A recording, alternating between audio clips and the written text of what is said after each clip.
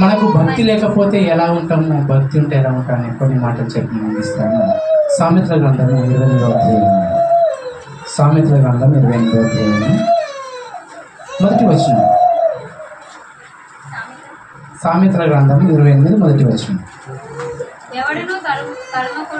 ఎవడును తరమకుండానే దుష్టుడు పారిపోడు. ఎవడు తరమకుండా దుష్టుడు ఎలా పారిపోతాడు?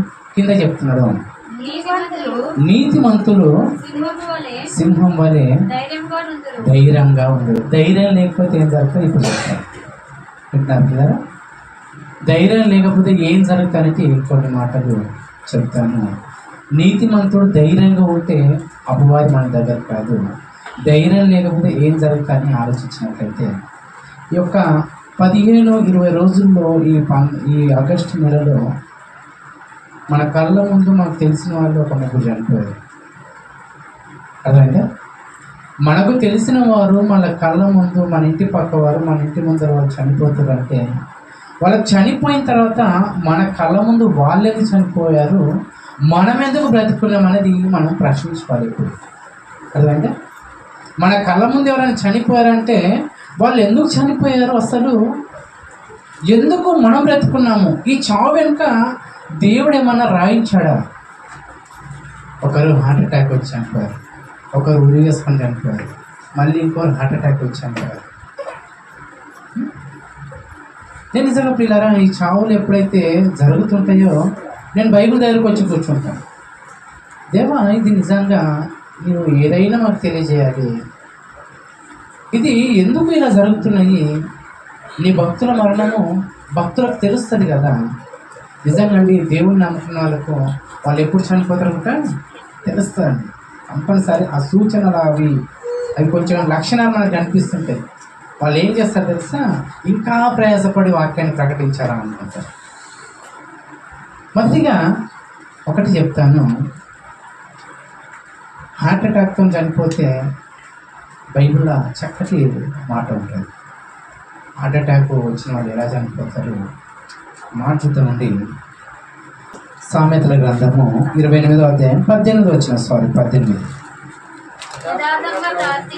యథార్థంగా ప్రవర్తించువాడు, అంటే మనం రక్షింపబడాలంటే ఇప్పుడు ఏం చేయాలి? మనం అందరము యథార్థంగా. ఇప్పుడు కింది మాట చూడండి, మూర్ఖ ప్రవర్తన గలవాడు హఠాత్తుగా ఏమైపోతాడు, మరి దేనికి పనికిరాడు. మూర్ఖంగా ఎవరైతే ప్రవర్తిస్తున్నారో వాళ్ళకి ఇంకో మాట 29వ అధ్యాయం మొదటి వచనం చూడండి. మూర్ఖంగా ఉన్న వాళ్ళకి దేవుడు ఏం చేస్తున్నాడు చూడండి, హఠాత్తుగా ఎందుకు పడిపోతాడు. ఎన్నిసార్లు గద్దించినను లోబడని వాడు మరి తిరిగి లేకుండా హఠాత్తుగా నాశనం అయిపోతాడు. అంటే ఎన్నిసార్లు పాస్టర్లను గద్దిస్తుంటాడు, లేకపోతే విశ్వాసాలను గద్దిస్తుంటాడు. యథార్థత లేకపోతే మనం హఠాత్తుగా పడిపోతాం. ఎన్నిసార్లు గద్దించిన లోబడిన వాడు మన తిరిగి లేకుండా నాశనం అయిపోతాడు. ఇంకో వచనం చూడండి, ఇంకో వచనము ప్రసంగి గ్రంథం 7వ అధ్యాయం 17వ వచనం. అధికముగా దుర్మార్గపు పనులు చేయకము, బుద్ధిహీనంగా తిరగవద్దు, నీ కాలమునకు ముందుగా నువ్వు ఎలా చనిపోతావు. అంటే ఈరోజు మరణాలని ఎలా వస్తుంది చూడండి. నిజంగా ప్రియులారా, యథార్థంగా ప్రవర్తించిన వాడు హఠాత్తుగా పడిపోతాడు. ఎన్నిసార్లు గద్దించినా లోబడిన వాడు హఠాత్తుగా నాశనం అయిపోతాడు. అదా అర్థమైందా? దేవుని మాటల గద్దింపులకు లోబడండి. కొలెస్ట్రాల్, బీపీ ఎక్కువ, ఇవన్నీ కానే కాదు. నువ్వు దేవుని మాటకు లోబడు, యథార్థంగా ప్రవర్తిస్తే నీకు ఈ హార్ట్ అటాక్ ఇది రాదని బైబిల్ ఎప్పటికీ మనకు బోధిస్తుంది. దయచేసి ఈ మాటను మీరు గుర్తించుకోవాలి. ఇంకో మాట ఊరుగుట వస్తున్నాను. ఇది నిజంగా ఇవన్నీ నేను ఆలోచిస్తున్నాను, మీరు ఆలోచిస్తారో లేరు కానీ బైబిల్ ఏం చెప్తుంది అసలు. ఉరి పోసుకున్న వాళ్ళు ఏ విషయంలో ఉరి పోసుకుంటారు అనేది బైబిల్ ఎంత జాగ్రత్త చెప్పిందంటే, ఒకసారి చూడండి, ఎంత చిన్న ఏజ్లో వాళ్ళు సరే ఉరి ఎలా పోసుకుంటారంటే, చదువులో ఫెయిల్ అయిన వాళ్ళు, లేకపోతే భార్య భర్తలు గొడవల్లో, లేకపోతే అది ఎలా బైబిల్ చెప్తుందని ఆలోచించినట్లయితే అదే సామెతల గ్రంథము 29వ అధ్యాయము 25వ వచనం చూడండి. ఇలా ఊరి ఎవరు మోసుకుంటారు అనేది బైబిల్ ఎంత చక్కగా చెప్తుంది చూడండి. భయపడుట వలన ఏమొస్తుందంట అమ్మా? ఎందువలన వస్తుందంటే ఊరు ఎందుకు వేసుకుంటారు? భయపడి. దేనికి భయపడ్డారు? దేనికి భయపడ్డారు కదా? భయపడే కదా. ఆ పిల్లవాడు వచ్చాడు వస్తారని అడుగుతారు కదా. దొంగతనం చేసి పోలీసు వాళ్ళు వస్తారనే కదా. చదువుకోలేని అమ్మ నాన్నలు ఏమంటారనే కదా. కదా, ఒక వ్యభిచారం చేశాను, ఒక దొరికాను, ఇక ఏం చేస్తారని ఒక దీంతో భయపడ్డవారు. దొంగతనము ఏదైనా కానీ ఎప్పుడు మనిషి ఉరి పోసుకుంటాడంటే భయపడి. దేవుడు ఏమంటుంది తెలుసా? ఆ భయం ఎవరికి వస్తుంది తెలుసా? దేవుని వాక్యం లేనివాడు భయపడతాడు. అది 28వ అధ్యాయం మొదటి వచనం చెప్తున్నాడు. ఎవడు తరమకుండానే దుష్టుడు పారిపోను, నీతిమంతుడు సింహం వలె ధైర్యంగా ఉంటాడు. ఏది వచ్చినా ఈ వాక్యం చదువుకున్నప్పటి నుంచి నాకేమనిపిస్తుంది తెలుసా? మీకు చెప్పాలి ఈ మాటలు. చదువుకున్నప్పుడు ఏ మాట, ఈ 25వ వచనం చదివిన రాత్రి మొన్న చదువుకున్నాను, నిజం చదువుకున్నాను, దీన్ని ధ్యానిస్తున్నాను ఈ వాక్యాన్ని. నిజంగా ఇంత బాగుందా బైబిల్ అన్నప్పుడు నాకేమనిపిస్తుంది తెలుసా? నువ్వు ఊరి వస్తాను. రాత్రి చదువుకొని పడుకుంటే నీళ్ళు వస్తలేదు, ఊరికి వస్తా బాగుంటుంది. ఇప్పుడు నేనేం చేయాలి చెప్పండి? నిజంగా అండి, నా బ్రతుకు జీవితం రాత్రి జరిగినాయి. నా అంతగా నా జీవితంలో ఈ వాక్యం చదువుకున్న తర్వాత నాకు ఇది ఒక గొడవ జరుగుతుంది నా హృదయంలో. అప్పుడు నేనేం చేయాలి చెప్పండి? ఏం చేయాలి చెప్పండి? అప్పుడు ఏం చేస్తాను తెలుసా? సాతాను ఇలాంటి ఆలోచన పెడుతుంటే నాలో శక్తివంతుడైన పరిశుద్ధాత్ముడు ఉన్నాడు. పరిశుద్ధాత్ముడు నాకు సహాయం చేయాలని పట్టాపంచర్ అయిపోయిందండి ఆ మాట. అప్పటివరకు అర్ధగంట డిస్టర్బ్ చేసిందండి మాట. ఊరి పెట్టుకో డిస్టర్బ్ చేసింది మాట. చదువుకున్న తర్వాత చదువుకుంటే నిజంగా ఈ మాట ఏ విధంగా ఆలోచనని అర్థం చేసుకున్నప్పుడు అపవాది ఎలా శోధిస్తుందంటే వేసుకో అందరు పడుకో వేసుకో. కానీ అప్పుడు నేను ప్రార్థన ఏం చేసుకున్నాను తెలుసా? దేవా ఏంది నాకు ఇంతగా ఈ శోధన అనిపిస్తున్నప్పుడు అప్పుడు నీకు సహాయం చేయడానికి ఎవరున్నారు? పరిశుద్ధాత్ముడు. ఆయన పైన ఆధారపడు అనగానే ఆ ప్రార్థన చేసి పరిశుద్ధాత్మ పైన ఆధారపడగానే సెకండ్లో వెళ్ళిపోయిందండి ఆలోచన. సెకండ్లో ఆలోచించాను పిల్లరా. ఎందుకంటే నిజంగా మన జీవితాలు ఎలా ఉంటున్నాయో, ఏ క్షణాలు ఏం జరుగుతుందో తెలియదు పిల్లరా. అందుకని మనం ప్రతి ఒక్కటి ఆలోచించాలి. మన జీవితాల్లో ఎందుకు వాళ్ళు అలా చనిపోతున్నారు, వీళ్ళు ఎందుకు చనిపోతున్నారు, మన జీవితంలో అలాంటి పరిస్థితి వస్తే మనం ఎలా తప్పించుకోవాలి ఆ పరిస్థితి నుంచి. అదంటే యథార్థవంతంగా ఉండదు. నువ్వు ఎంతమంది యథార్థంగా ఉంటున్నారు? వాక్యం విని ఇంకా యథార్థతలో రాలేకపోతున్నారు అంటే మనకు పోల్చి ఉంది ఆటగా. ఎన్నిసార్లు వాక్యం గద్దిస్తున్నా నువ్వు లోబడతలేవా? మరీ తిరుగు లేకుండా హఠాత్తుగా నాశనం అయిపోతావు. హఠాత్తుగా నాశనం. లేక భయపడుతున్నావా? భయపడుతుంటే ఫ్యాన్ కనిపిస్తుంటుంది నీకు. ఏది? ఫ్యాన్ కనిపిస్తుంటుంది, చీర కనిపిస్తుంటుంది. భయపడ్డవాళ్ళు. అందుకని దేవుడు ఏమంటుంది తెలుసా? ఎవడు తరమకుండా దుష్టునిలోంచి వెళ్ళిపోవాలంటే ఏంటి? నీతిమంతుడు ధైర్యంగా సింహం వల్ల ఉంటాడు. ఎలాంటి శోధనలు వచ్చినా దాన్ని తట్టుకొని దాన్ని జయించేవాడే ఒక క్రైస్తవుడు. ఆ క్రైస్తవుడు అంటే తన హృదయంలో వాక్యాన్ని నింపుకున్నవాడు. ఇంట్లో బైబిల్ పెట్టుకున్నవాడు కాదు. ఇంట్లో బైబిల్ పెట్టుకున్నాడు కాదు. దయచేసి చెప్తున్న పిల్లరా, ఇవి మన జీవితంలో కంపల్సరీ. ఎందుకు ఇవి మనం ఉన్న ప్రాంతంలో ఇవి ఎందుకు జరుగుతున్నాయి, ఈ రెండు ఈ మూడు ఎందుకు జరిగాయని ఆలోచించినట్లయితే ఇవి నేను నేర్చుకోవాలి. సంఘాలు మనం నేర్చుకోవాలి ఇవి. దేవా నిజంగా ఇలా ఎందుకు అవుతున్నాయి? మరి నా పరిస్థితి అలా వస్తే దీని నుంచి నన్ను ఎలా రక్షింపబడాలి? ఎవరికైనా అనిపిస్తారు? ఎవరికైనా హార్ట్ అటాక్ వచ్చి చనిపోయింది అనుకోండి, మనకు అలా హార్ట్ అటాక్ రాదు వచ్చి చనిపోవాలనుకుంటామా లేకపోతే రావద్దని చనిపోతామా? మా వింటారా? రావాలే చచ్చిపోవాలనుకుంటామా రావద్దని చచ్చిపోతామా అనుకుంటామా? రావద్దు అనుకుంటామా? రావద్దంటే ఏం చేయాలి? నీ కుటుంబంలో నీ భర్తకు నీకు నాకు ఎవరికైనా రావద్దంటే ఏం చేయాలి అమ్మా? యథార్థం ఉండు. ఎంతమంది ఉంటున్నాం యథార్థంగా? చెప్పండి, మన వాళ్ళకి చెప్పండి. వాక్యం వింటున్న మనము, వాక్యం బైబిల్ చదువుకుంటున్న మనము యథార్థత లేకపోతే ఇలాంటి పరిస్థితులు వస్తాయని చెప్పండి. ఎన్నిసార్లు గద్దించినా లోబడిన వాడు మరి తిరుగు లేకుండా హఠాత్తుగా నాశనం అయిపోతాడు. దేవునికి భయం లేకుండా ఈ లోకానుసారంగా భయంగా ఉన్నాం అనుకో, ఉరి వేసుకోవడానికి వెళ్ళిపోతాడు. అంటే అపవాది ఎన్ని రీతుల్లో మనల్ని చంపడానికి ప్రాణాలు కలిగిస్తుంది చూడండి. అన్ని రీతుల నుంచి మనల్ని దేవుడు కాపాడుతున్నాడంటే దేవునికి ఎంత కృతజ్ఞత చెప్పిన మనము మన జీవితంలో బాధపడతాం చూడండి. ఎవరైనా హార్ట్ అటాక్ వచ్చారంటే బీపీ ఎక్కువైంది, కొలెస్ట్రాల్ ఎక్కువైపోయింది, ఏం కాదు కదా, వాడు యథార్థంగా లేడు. వానికి ఎందుకు బీపీ ఎక్కువైందంటే ఏదో ఆలోచిస్తున్నాడు. అందుకనే ప్రసంగి గ్రంథం 10వ వచనం చదవండి. 11-10 వచనం. ప్రసంగి గ్రంథం 11-10 వచనం.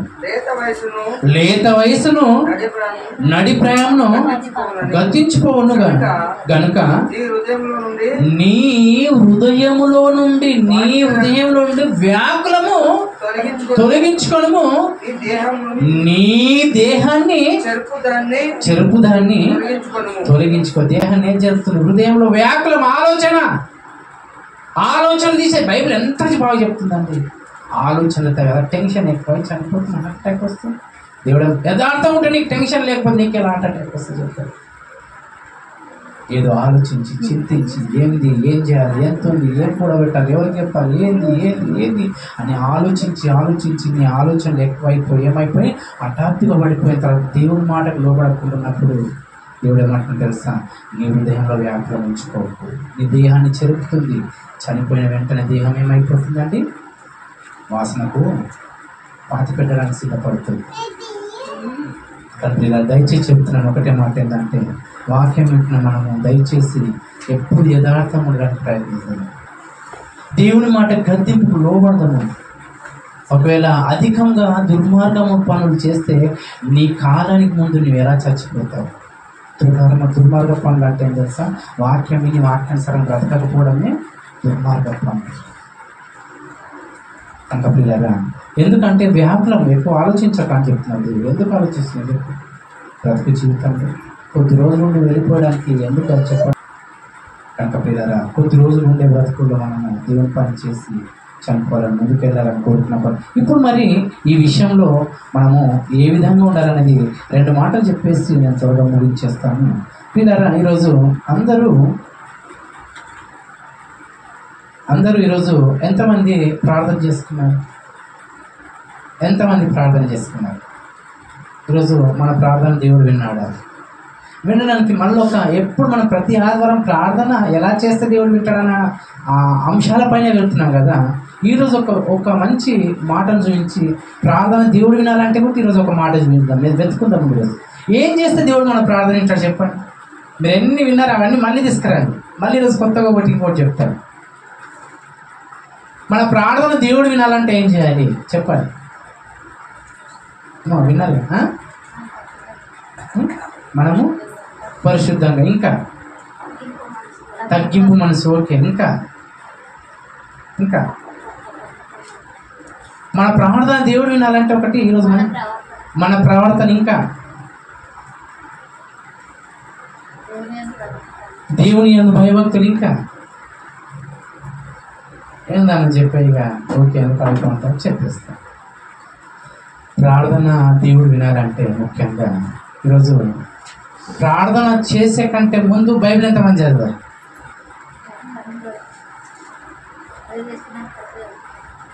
ప్రార్థన చేయకంటే ముందు బైబిల్ ఎంతమంది చదువుకున్నారు? మళ్ళీ బైబిల్ ఎంతమంది చదివారు అంటే ఇప్పుడు చూడండి ఒక మాట. అదే సామెతల గ్రంథము 28వ అధ్యాయము 9వ వచనం చూడండి. సామెతల గ్రంథం 28వ అధ్యాయం 9వ వచనం. ధర్మశాస్త్రం అంటే వాక్యాన్ని వినకుండా చెవిని తొలగించుకొని ప్రార్థన ఏమో దేవుని దగ్గరికి వెళ్ళదు. అంటే వాక్యాన్ని వినకుండా, వాక్యాన్ని చదవకుండా నువ్వు ప్రార్థన చేస్తే దేవుని దగ్గరికి నీ ప్రార్థన, నా ప్రార్థన వెళ్ళదని ఒక సత్యాన్ని రోజుకుంటూ నేర్చుకోండి. బైబిల్ చదవకుండా మనం ఎంతోమంది ప్రార్థన చేస్తున్నాం కదా. బైబిల్ చదవాలి, దేవుని వాక్యం విన్న తర్వాత నీవు ప్రార్థన చేస్తే దేవుడు వింటాడు. అదే బైబిల్ ఎందుకు చదువుకుంటేనే దేవుడు ప్రార్థన వింటాడు? బైబిల్ చదువుకుంటేనే దేవుడు ప్రార్థన ఎందుకు వింటానంటున్నాడు? ఇప్పుడు ఆలోచించాము. బైబిల్ చదువుకుంటే మన పాపాన్ని ఎత్తి చూపిస్తుంది. మనం ఏమేమి పాపాలు చేసాం గుర్తు చేస్తుంది వాక్యం. ఆ పాపాలను గుర్తు చేసుకొని దేవుని దగ్గర ఒప్పుకోవడానికి. అర్థమైందా?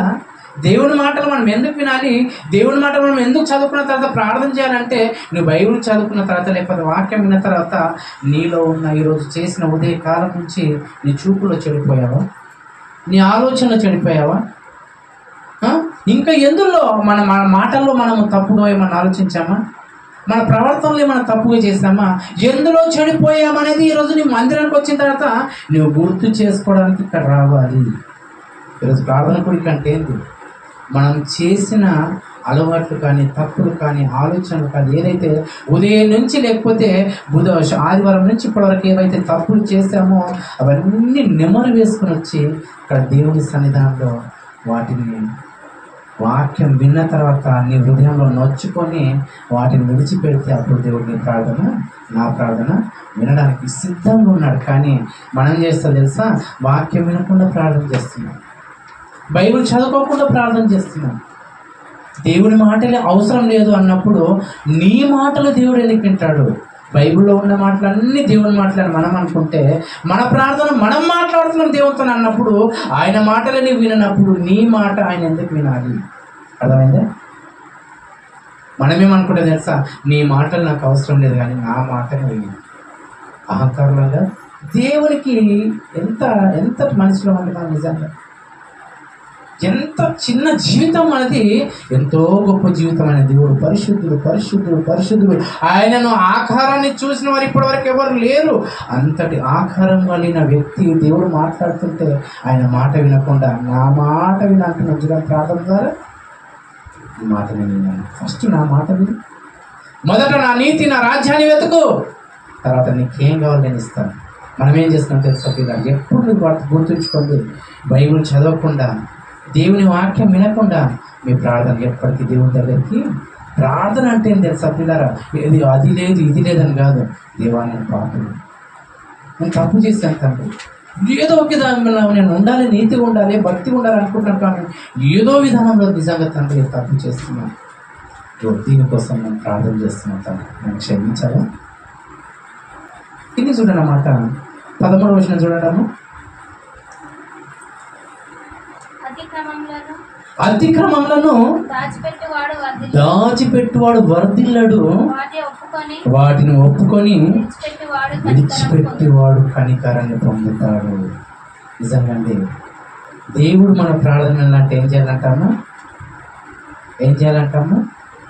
మొట్టమొదట ధర్మశాస్త్రాన్ని లేకపోతే వాక్యాన్ని విను, చదివిన తర్వాత ఆ చదవడం ఎప్పటి వరకు చదవమన్నాడు కాబట్టి ఒక వచనం చదువుకుంటామని కాదు. నువ్వు ఉదయం నుంచి సాయంత్రం వరకు వచ్చిన తర్వాత ఏ తప్పు అయితే చేసినావో ఆ తప్పుకు దేవుడు ఆ మాట జవాబిచ్చేంత వరకు చదువు. అప్పటి వరకు చదువు. నిజంగా తండ్రి తప్పు చేసిన అప్పుడు మోకరించు. చదువుమన్నాడు కాబట్టి ఏదో వచనము వస్తే బైబిల్ కాదు. నీవు చేసిన తప్పుకు అంటే జ్వరం వస్తే ఏ మంది అయితే అవసరమైతే ఆ మందు పడితేనే తగ్గుతుంది కదా. కడుపు నొప్పికి ఏ మందు వేసుకుంటే ఆ మంది తగ్గుతుంది కదా. మనం చేసిన తప్పుకు ఏ రెఫరెన్స్ ద్వారా దేవుడు మాట్లాడుకుంటున్నాడో ఆ రెఫరెన్స్ మనకు తగిలేంత వరకు బైబిల్ చదువుకుంటే ప్రియులారా మన మార్పు వస్తుంది. ప్రియులారా జీవితం మారుతుంది. ఇప్పటివరకు మార్పు రాలేకపోతుందంటే మన పాపము బైబిల్లో దొరికే, మన పాపాన్ని ఎలా శుద్ధి చేసుకోవాలో ఆ రెఫరెన్స్ దొరికేంత వరకు మన బైబిల్ చదవడం లేదు. నిజంగా నేను మనసులో పెట్టుకొని ఈ వాక్యాన్ని చదువుకున్నాను. దేవుడు నిజంగా ఇగో హార్ట్ అటాక్ వచ్చే వాళ్ళు ఇలా ఉంటారు, ఇగో ఊరి పోసుకున్న వాళ్ళు ఈ విధంగా చనిపోతారు, ఇదిగో ఇవన్నిటి నుంచి మనం బ్రతకాలంటే ఏం చేయాలంటే నీవు ధైర్యంగా ఉండాలి, దేవుడి మాటలు వినాలి. ఇవన్నిటి నుంచి మనము ఎన్నో విధాల నుంచి తప్పించాలి. ఈరోజు హార్ట్ అటాక్లో నేను తప్పించాడు, ఊరి వేసుకోవాల్సిన అవసరం తప్పించాడు. అధికంగా దుర్మార్గం పని చేసినప్పుడు రోడ్డు దాటుతుంటే చచ్చిపోయేవాళ్ళం. ఎన్నో విధాలు ఈరోజు మనం చనిపోయేవారం ఈరోజు యాక్చువల్గా, కానీ ఈరోజు మనం బ్రతికిచ్చాడంటే ఏం తెలుసా, ఈరోజు వాక్యాన్ని విని మన జీవితాన్ని మార్చుకొని సరి చేసుకుంటారులే అని ఒక అవకాశాన్ని మనకి ఈరోజు దేవుడు ఇస్తున్నప్పుడు దీన్ని మనం ఎలా చేస్తాం తెలుసా, ధర్మశాస్త్రాన్ని వింటలేము, మనకు ధైర్యం తెచ్చుకుంటలేము, ఏం తెచ్చుకోలేనప్పుడు దేవుడు ఏమంటారు తెలుసా, అతిక్రమంలో దాచిపెట్టుకుని వాడు వర్ధిల్లాడు, దాన్ని ఒప్పుకొని విడిచిపెడితే నువ్వు వర్ధిల్తావు అంటే ఏం తెలుసా, చనిపోయిన తర్వాత నీకు నిత్య జీవం ఇస్తాను. ఎంతమంది నిజంగా ఇలా వింటున్నారా? ఎంతమంది మన జీవితాలను మార్చుకోవాలని ఇష్టపడుతుంది? ఈరోజన్నా తప్పు చేసిన దానికి ఈరోజు దేవుడు నాతో వాక్యం చదివిన తర్వాత దేవుడు మాట్లాడాలని ఎప్పుడు వచ్చిందా? చదువుకోమంటే చదువుతున్నాము, ప్రార్థన చేయాలంటే చేస్తున్నాము, కానీ ఏదో ఒక ఆచారం అలవాటైపోయింది. ఈరోజు ఒక ప్రార్థన, వాక్యం చదువుకోవడం. బైబిల్ ఎలా చదువుకోవాలంటే బైబిల్ చదువుతున్నప్పుడు దేవుడు మాట్లాడుతున్న తప్పు చేస్తావు, దీనికి పరిష్కారం ఇది ఉందని అర్థమైన తర్వాత బైబిల్ చదువు. ప్రార్థన ఎలా చేయాలి తెలుసా? ఏదో 5 నిమిషాలు కాదు, దేవా ఈ తప్పు చేశాను దీన్ని క్షమించవన్నంత వరకు నేను ప్రార్థనలో ఉంటాను. ఇది క్రైస్తవ జీవితంలో లేదు ప్రియులారా, క్రైస్తవ సేవకులు లేదు, క్రైస్తవ విశ్వాసులు లేదు. ఇలాంటి అన్నీ ఈరోజు ప్రార్థన కొట్టి ఎలా వచ్చేసంటే అన్నీ మాకు అది లేదు ఇది లేదు, దీనికోసం దానికోసం ప్రార్థన చేస్తున్నారు, కానీ చనిపోయిన తర్వాత ఒక పాపము నరకానికి తీసుకెళ్తుంది, దాని నుంచి తప్పించబడాలని ఎవరు అడగలేదు. అందరూ నాకు పిల్లలు లేరు, నాకు పెళ్లి కాలేదు, నాకు ఆర్థిక ఇబ్బందులు, నాకు ఒంట్లో బాగాలేదు ఇవి చెప్తున్నారు, కానీ నేను ఈరోజు ఉదయం నుంచి వరకు ఇన్ని తప్పులు చేశాను, ఈ తప్పుల కోసం నాకు ప్రార్థన చేయాలి. ఏ సేవకుల దగ్గర చదవాలి మరి? నీ తప్పు చేసిన అబద్ధం మాట్లాడింది మళ్ళీ ఆడుతున్నాను, ఈ అబద్ధం వెళ్ళాలంటే నా కోసం ప్రార్థన చేయమని ఇప్పుడు అడిగిన వాళ్ళు ఉన్నారు. నా నోటి నుంచి బూతు మాటలు వస్తున్నాయి, ఈ బూతు మాటలు పోవడానికి నాకు ప్రార్థన చేయాలని ఎవరన్నా అడిగిన వాళ్ళు ఉంటారా? ఇగో నేను నా చూపులు బాగలేవు, ఈ చూపులు బాగలేవు, ఈ చూపులు బాగడానికి ప్రార్థన చేయవరని అన్నారా? ఏంది ప్రియ, దేవుడు ఎందుకోసం ప్రార్థన చేయమంటున్నాడు, ఎందుకోసం ప్రార్థన చేయించుకోమంటున్నాడు? క్రైస్తవ సమాజం లోకంలో ఉన్న అన్యులు ఆలోచించేటట్టుగానే క్రైస్తవులు ఆలోచిస్తున్నారు, అది తప్పు. క్రైస్తవులు ఎప్పుడు దేవుడి మందిరానికి వస్తున్నా పాపాన్ని ఒప్పుకొని విడిచిపెట్టాను, అది నువ్వు ప్రార్థన చెయ్యి. ఒక పాపి మారితే దేవుడు సంతోషపడతాడు. ఆ పాపి మారడానికి మీరు లేనంతగా అపవాది మనకు పురుగు కలుగుతుంది. ఒక దాంట్లో నుంచి తప్పించుకుంటే ఇంకో దాంట్లో ఎక్కడ నేను దేవుని దగ్గర నేను పాపాలు ఒప్పుకునేటట్టుగా ఉంచకుండా అది లేదు అడుగు, వాళ్ళు అడుగుతున్నారు కదా, ఇది లేదు అడుగు, ఇది అడుగుతున్నారు కదా, నిజంగా వాళ్ళు అది తెచ్చుకున్నారు దానికోసం వాడు. కానీ ఎన్నో విధాలుగా లోక సంబంధమైన వాటిని చనిపోయిన తర్వాత విడిచిపెట్టే వాటిని అడిగిపిస్తుంది, చనిపోయిన తర్వాత తీసుకువెళ్ళే వాటిని అడుగు అని దయ్యం అడగనిస్తుంది కదండి. చనిపోయిన తర్వాత తీసుకెళ్ళేది ఏంటి? పాపాలు. ఆ పాపం మూట కట్టుకొని పోయినామనుకో నరకంలో దాన్ని ఎత్తుకొని పోయి కాదాల్సింది. ఇక్కడ ఉన్నప్పుడు పరిశుద్ధతలోకి రండి, పవిత్రతలోకి రండి. అందుకని 2000 సంవత్సరాల క్రితం వేసుకొని లోకానికి వచ్చాడు. ఎందుకు సభ్యుడారా, నేను పాపాన్ని ఒప్పుకొని విడిచిపెట్టి పరిశుద్ధులు కావాలి. దయచేసి దేవుడు మనకు అవకాశం ఇస్తున్నాడంటే దీనికోసం, మరి దేనికోసం కాదులారా. ఈరోజు బ్రతుకున్నామంటే ఈరోజు దయచేసి ఒకటి చెప్తున్నాను, మనలో ఇవి జరగకుండా ఉండొద్దంటే మీకు 2 చూపించాము. 3వది ఏంటంటే మన ప్రార్థన వినాలంటే ముఖ్యంగా బైబిల్ చదువుకోండి. అందుకని ఈ వారం కూడా మన డిస్కషన్లో చాలా రోజుకొక అధ్యాయాన్ని చదువుకోండి అని దైవ సేవకుడు కిషోర్ గారు చెప్పారు. అందులో నుంచి ప్రశ్నిస్తాం ప్రతి ఒక్కరు. బుధవారం రోజు ప్రతిరోజు ఒక అధ్యాయం చదువుకోండి, 7 రోజుల్లో 7 అధ్యాయాలు చదువుకోండి. అంటే మీరు చదువుతలేరని ఆలోచనతోనే ప్రతిరోజు ఒక అధ్యాయం అని చదువుకున్నాను. మీరు ఎన్ని చదువుకున్నా మాకు సంతోషమే, కానీ ఒక్కరోజు మాత్రం ఒక అధ్యాయం చదువుకోండి. చదివిన తర్వాత వారము డిస్కషన్ రోజు బుధవారం రోజు అందులో నుంచి కొన్ని చదివిన అధ్యాయాల నుంచి మీకు ప్రశ్నలు అడగడం జరుగుతుంది. ఎందుకంటే మీరు చదువుకున్నారు లేదా అనే విషయంలో ఎప్పుడు ఆత్మీయ జీవితంలో ఎదగడానికే నిజంగా పిల్లరా. ఇక్కడ ఉన్న దైవ సేవకుడు రాజు గారు కానీ బిషప్ బ్రదర్ కానీ మనమందరం కూడా మన కోసం మనం కష్టపడుతూ ఇంకా అనేకుల కోసం కష్టపడే భాగ్యాన్ని దేవుడు మన పైన పెట్టాడు. ఇది మనము తిని త్రాగి పడుకొని సోమరిపోతులుగా కాగి దేవునికి ఒకరోజు దేవునికి ఇష్టమైన తీర్పులోకి మనం వెళ్ళదు. ఎందుకంటే ఇష్టమైన తీర్పులోకి వెళ్ళి పరిశుద్ధ పవిత్రతలో దేవుడికి మహిమ తెచ్చేట్లో మనం ఉండాలి. కాబట్టి దైవ సేవకులకు ఇక్కడ బోధించారు దానియేలు గారి గురించి. నిజంగా పిల్లరా అందరము చేయి కలుపుకొని ముందుకు వెళ్తే నిజంగా ఒకరి కోసం ఒకరు దయచేసి మీరు ప్రార్థన మాటలను అడగాలంటే మీరు ఏవైతే తప్పును విడిచిపెట్టలేకపోతున్నారో మాకు అడగండి. మీ గురించి మేము ప్రార్థన చేస్తాం, మా గురించి కూడా మేము ప్రార్థన చేస్తాం. మాకు అది లేదు ఇది లేదని రాకుండా ఈ తప్పు నేను వదలలేకపోతున్నాను, త్రాగుడు అలవాటు ఉందా ఇది వదలలేకపోతున్నాను, నా కోసం ప్రార్థన చేయాలని ఎవరైనా అడుగుతారా? అబద్ధాలు మాట్లాడుతున్నాను దీనికోసం ప్రార్థన చేయాలని అడుగుతారా? నా నోటి నుంచి ఎప్పుడు బూతులే వస్తున్నాయి, ఈ బూతులు పోవడానికి ప్రార్థన చేయాలని అడుగుతారా? నేను ఎక్కువ టీవీ చూస్తున్నాను, ఈ టీవీ చూడకుండా ఉండడానికి నాకు ప్రార్థన చేయాలని అడుగుతారా? ఫోన్ ఎక్కువ చూస్తున్నాను, ఈ ఫోన్ ఎక్కువ చూడకుండా ఉండడానికి ప్రార్థన చేయాలా? ఇక డబ్బు మీద నాకు ఎక్కువ ఆశ ఉంది, ఈ ఆశ పోవడానికి ప్రార్థన చేయాలా? ఇవి అడగండి ప్రియుల సేవకులకి, ఇవి అడగండి. నా ఆలోచనలు ఎప్పుడు చెడ్డగా ఉంటున్నాయి, వీటి కోసం ప్రార్థన చేయాలని అడగండి. ఇగో ఎప్పుడు నా ఆలోచనలు నేను బైబిల్ చదువుకోవాలి అనిపిస్తుంది కానీ చదవలేకపోతున్నాను, బైబిల్ చదువుకోవడానికి ప్రార్థన చేయమను. ప్రార్థన చేయాలనుకుంటున్నా కానీ తినగానే నిద్ర వస్తుంది, ప్రార్థన చేసుకోలేకపోతున్నాను. ప్రార్థన చేసుకోవడానికి ప్రార్థన చేయాలని ఎవరైనా అడుగుతున్నారండి?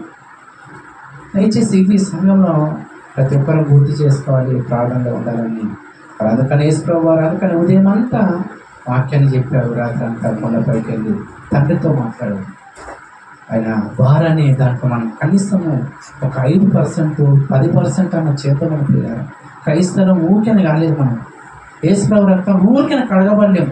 మన కోసం ఆయన చనిపోవడం ఊరికనే మనం డబ్బులు కొట్టుకోవడం కాదు, మేము యేసుప్రభువుని నమ్ముకున్నాం ఫోటోలు పెట్టుకోవడం కాదు, బైబిల్ పట్టుకొని తిరగడం కాదు, మేము దేవుల్లో ఉన్నామని గొప్పలు చెప్పుకోవడం కాదు.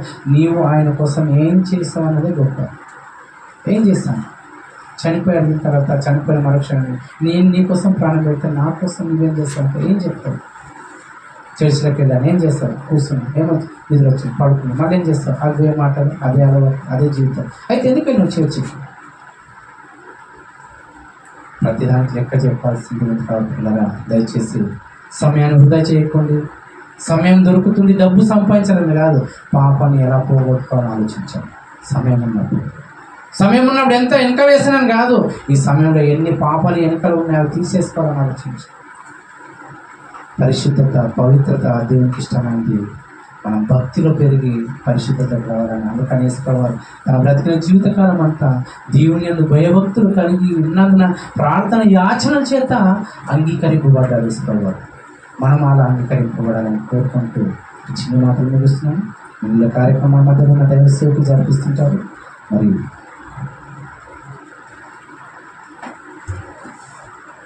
దయచేసి అందరూ మోకరించండి.